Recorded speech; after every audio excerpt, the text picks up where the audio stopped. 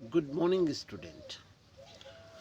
Today we are going to cover our new topic nutrition in the lower organism, which is comes under the life process, our first chapter. तो हम लोग आज cover करेंगे कि किस प्रकार से होलोजोइक न्यूट्रिशन जो होता है वो आपके जो लोअर ऑर्गेनिज्म होते हैं, जो आपके माइक्रो ऑर्गेनिज्म होते हैं, उनके अंतर्गत होता है। जैसे हम लोग देखेंगे कि unicellular organism like amoeba, paramecium are generally omnivorous, ये सर्वाहारी होते हैं and carry out holozoic nutrition, और इनके अंतर्गत होलोजोइक न्यूट्रिशन होता है। बच्चों, जैसा कि आप जानते हो, इससे पहले की क्लासों में जो ह्यूमन न्यूट्रिशन हमने पढ़ाया था उसमें भी हमने बताया था होलोजोइक न्यूट्रिशन का तात्पर्य। होलोजोइक न्यूट्रिशन का तात्पर्य होता है कि जो ऑर्गेनिज्म होते हैं वो सॉलिड फूड को इनटेक करते हैं। सॉलिड फूड को इंजेक्शन करने के बाद उसका डाइजेशन होता है। डाइजेशन होने के बाद में एब्जॉर्प्शन होता है। एब्जॉर्प्शन होने के बाद फिर आपका एसिमिलेशन होता है, और एसिमिलेशन के बाद में आपका एसिमिलेशन के बाद में आपका इजेक्शन होता है। तो ये जो पूरी प्रक्रिया होती है वो एक चरणबद्ध तरीके से न्यूट्रिशन प्राप्त होता है। तो उसी क्रम में हम लोग देखेंगे कि the feed on the micro organism algae, bacteria and other protozoa in particles decaying organic matters. तो जो जितने भी जो, जैसे अगर हम आज बात करें अमीबा या पैरामीशियम की, दोनों एक प्रोटोजोन्स हैं। तो ये ओमनिवोरस न्यूट्रिशन टाइप में होते हैं, जो कि आपके माइक्रोस्कोपिक एल्गी, बैक्टीरियाज और कुछ दूसरे प्रोटोजोन्स और कुछ डिकेइंग ऑर्गेनिक मैटर को अपना आहार बनाते हैं। सबसे पहले जो इनके प्रक्रिया का जो चरण होता है वो होता है इंजेक्शन। इंजेक्शन का तात्पर्य होता है कि भोजन को अंतर्ग्रहण करना। तो protozoans like amoeba capture food with the help of temporary finger like projection called pseudopodia. तो जितने भी प्रोटोजोन्स होते हैं जो भोजन का अंतर्ग्रहण करते हैं, उसमें मददगार या सहायक जो एक अंग होता है वो उंगली नुमा एक संरचना बनती है, जिसको हम शीडोपोडिया कहते हैं। Paramecium have small hair-like cilia found over the body. Movement of the cilia pushes food particles into the cell mouth or cytosomes. और जो पैरामीशियम होता है, पैरामीशियम के चारों ओर छोटे छोटे रोम पाए जाते हैं, जिनको हम सिलिया कहते हैं। जो सिलिया होते हैं वो भोजन के जो कण होते हैं, जो फूड पार्टिकल्स होते हैं, उनको साइटोसोम्स, जो कि मुख का काम करता है, की ओर भोजन को धकेलने का काम करते हैं। The process of ingestion solid particles by the cell or unicellular organism is called phagocytosis. ये टर्म बच्चों याद रखना, phagocytosis पूछ भी लिया जाता है, what do you mean by the phagocytosis. तो जो फैगोसाइटोसिस होती है, फैगोसाइटोसिस वो प्रक्रिया होती है जिसमें जो प्रोटोजोन्स होते हैं या जो यूनिसेलुलर ऑर्गेनिज्म होते हैं वो सॉलिड भोजन को इनटेक करते हैं।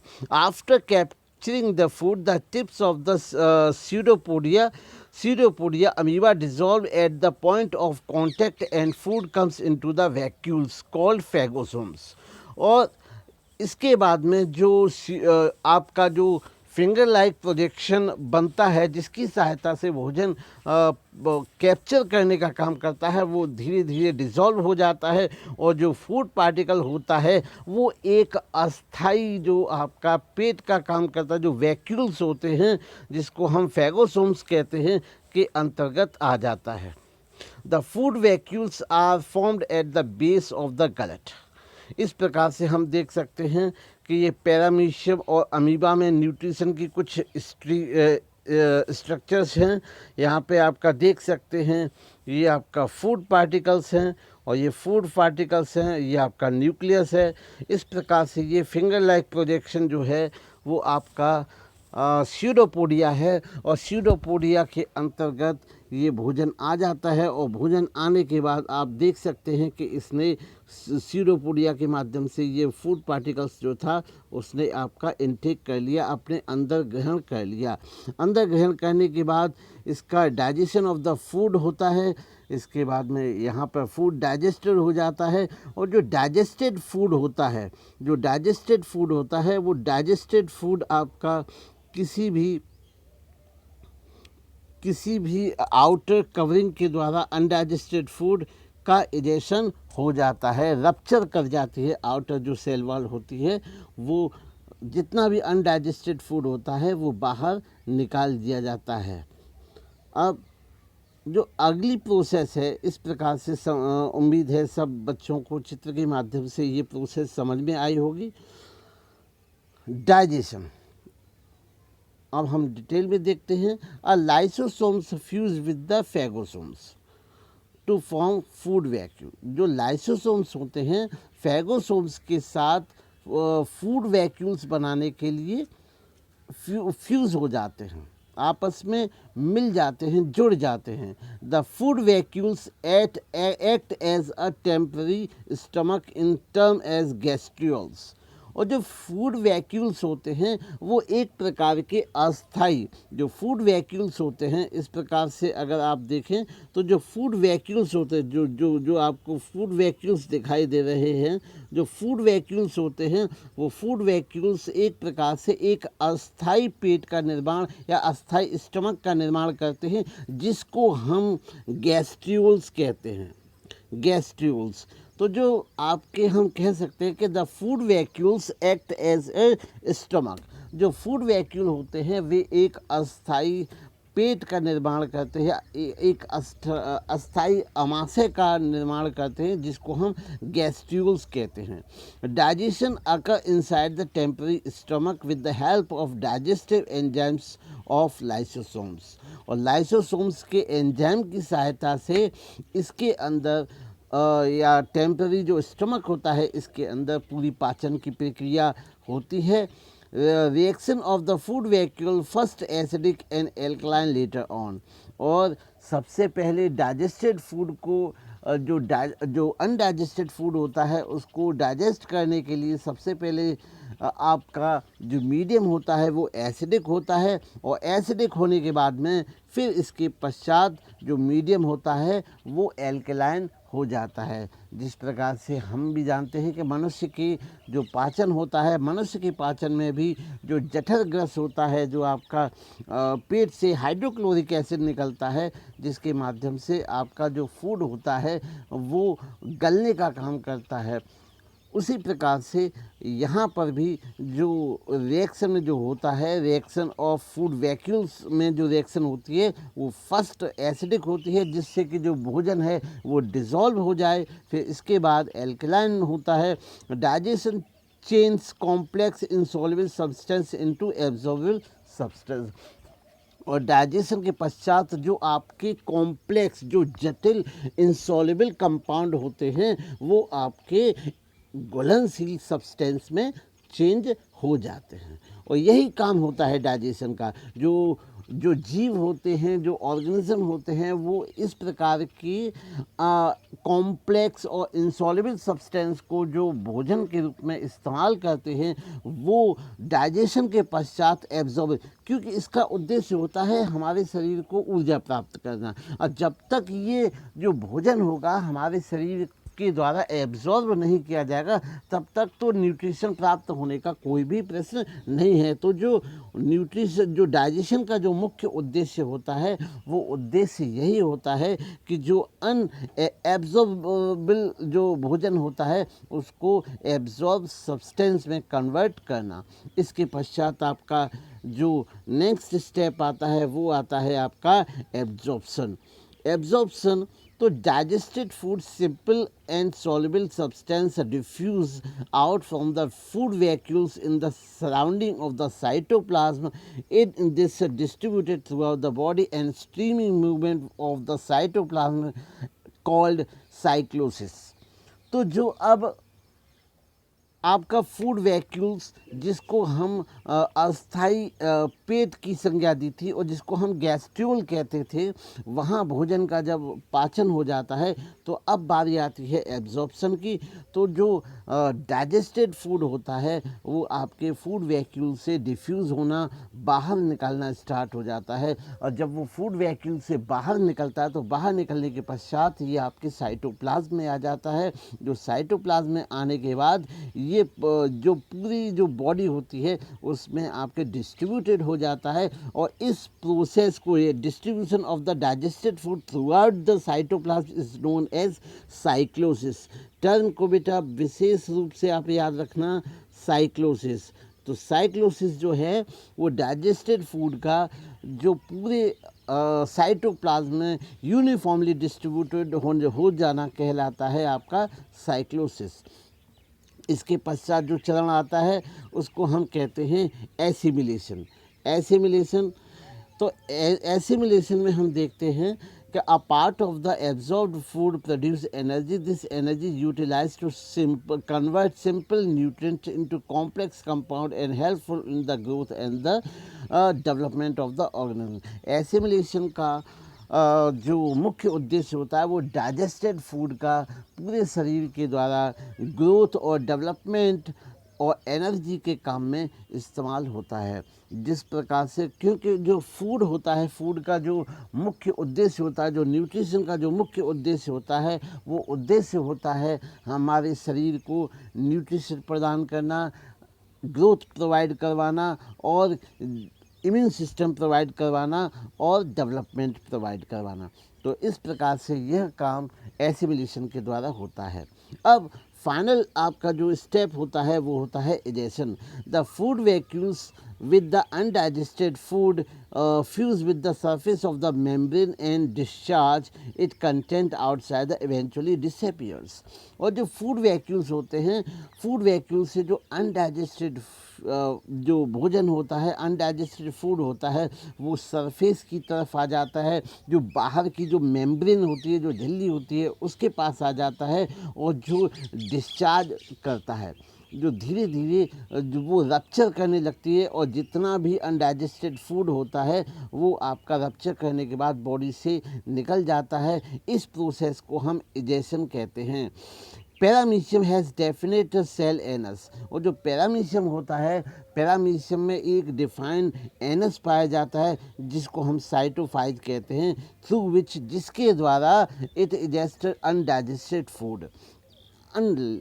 जो हाइड्रा होता है, हाइड्रा में तो आपका जो आउटर कवरिंग होती है वहाँ फूड वैक्यूल अनडाइजेस्टेड फूड आ जाता है। और अनडाइजेस्टेड फूड आने के बाद में आउटर मेम्ब्रेन रप्चर कर जाती है, उससे आपका एक बार में जितना भी अनडाइजेस्टेड फूड होता है वो निकल जाता है।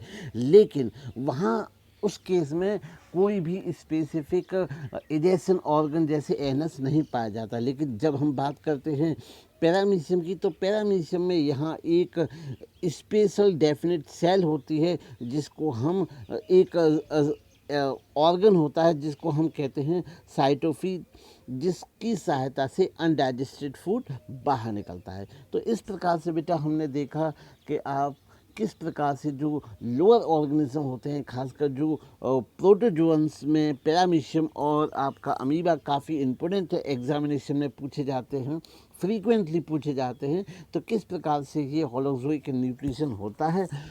अब हम कुछ जो मैंने इससे प्रीवियस क्लास में ह्यूमन के जो न्यूट्रिशन के बारे में डिटेल में पढ़ाया था, उसका एक बार से हम लोग फिर से एक क्विक रिवीजन कर लेते हैं। इसके माध्यम से हम जान पाएंगे कि किस प्रकार से आपका ह्यूमन बीइंग्स में होता है डाइजेशन।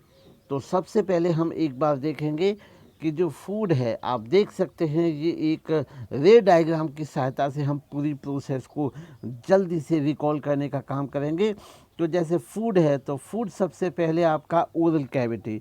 ओरल कैविटी मतलब जिसको हम बक्कल कैविटी भी कहते हैं, जहाँ पर दांतों की सहायता से जो भोजन होता है वो छोटे छोटे टुकड़ों में तोड़ दिया जाता है, और जो टंग की सहायता से इसमें जो सलाइवा होता है, जिसमें कि आपके डाइजेस्टिव एंजाइम्स भी, सेलिवरी एमाइलेज निकलता है जो कार्बोहाइड्रेट को डाइजेस्ट करने का काम करता है, वो भी निकलता है, और आपका जो कि भोजन को लुब्रिकेंट बनाता है, जो कि आपके आसानी से गले से नीचे उतर सके। फिर इसके बाद आपका ईसोफेगस, जो आपकी भोजन की आहार नाल भी कह सकते हैं हमको। तो ईसोफेगस जो होता है, एक पाइप होती है जो आपके भोजन को मुंह से स्टमक तक पहुंचाने का काम करती है। फिर इसके बाद में आपका स्टमक आता है। स्टमक जो है, स्टमक में आपका मिक्स्ड होता है फूड, इसमें आपके गैस्ट्रिक जूसेस निकलते हैं। गैस्ट्रिक जो जूसेस होते हैं उनका काम होता है आपकी जो मीडियम होता है उसको एसिडिक करना, और मेनली इट गैस्ट्रिक जूसेस जो होते हैं, gastric juice contain hydrochloric acid which make food acidic and digested for the protein in begin of the hair। अब इसके बाद हम देखते हैं, ये आपका आ जाता है स्मॉल इंटेस्टाइन का एरिया। स्मॉल इंटेस्टाइन के एरिया में जो सबसे पहला पार्ट आता है वो है आपका ड्यूडेनम, और ड्यूडेनम में food mix with the intestine and pancreatic and bile juice. यहाँ पे कुछ आपके जो लीवर और पैंक्रियास से निकलने वाले जो सेक्रेशन होते हैं वो यहाँ पर, चाहे जैसे लीवर है, लीवर से आपका बाइल, और आपका पैंक्रियास से जो पैंक्रियाटिक जूस होते हैं वो आपके यहाँ निकलते हैं, और निकलने के बाद वो फूड में मिलते हैं, जो कि आपके फैट एसिमिलेशन को और उसके एसिडिक नेचर को न्यूट्रलाइज या बेसिक करने का काम करते हैं। फिर इसके बाद इलियम आता है, यहाँ पर डाइजेस्टेड फूड का एब्जॉर्प्शन होता है into the blood through the villi. Villi भी आप जानते हैं फिंगर लाइक के प्रोजेक्शन होती हैं, जो कि आपके स्मॉल इंटेस्टाइन के एरिया को बढ़ाने का काम करते हैं। कई बार एग्जामिनेशन में फंक्शन ऑफ द विलाई भी पूछा जाता है कि जो फंक्शन होता है उसका विलाई का क्या होता है। आगे के सीकम है, फिर इसके बाद आपका कोलन आ जाता है।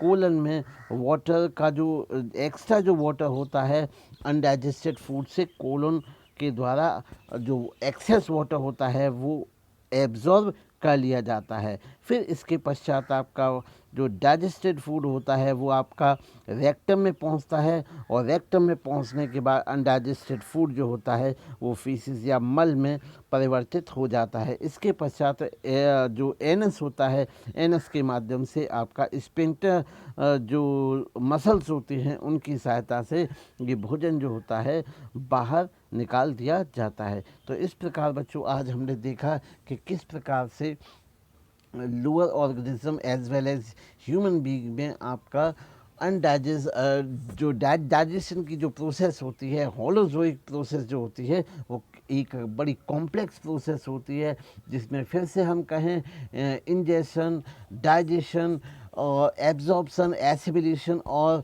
इजेशन, ये 5 चरणबद्ध तरीके से पूरी प्रोसेस होती है, तब कहीं ऑर्गेनिज्म को न्यूट्रिशन प्राप्त होता है। तो उम्मीद है आपको आज की क्लास समझ में आई होगी। अगर कोई भी किसी भी प्रकार का डाउट हो तो इसमें कमेंट बॉक्स में कमेंट करें। Thank you.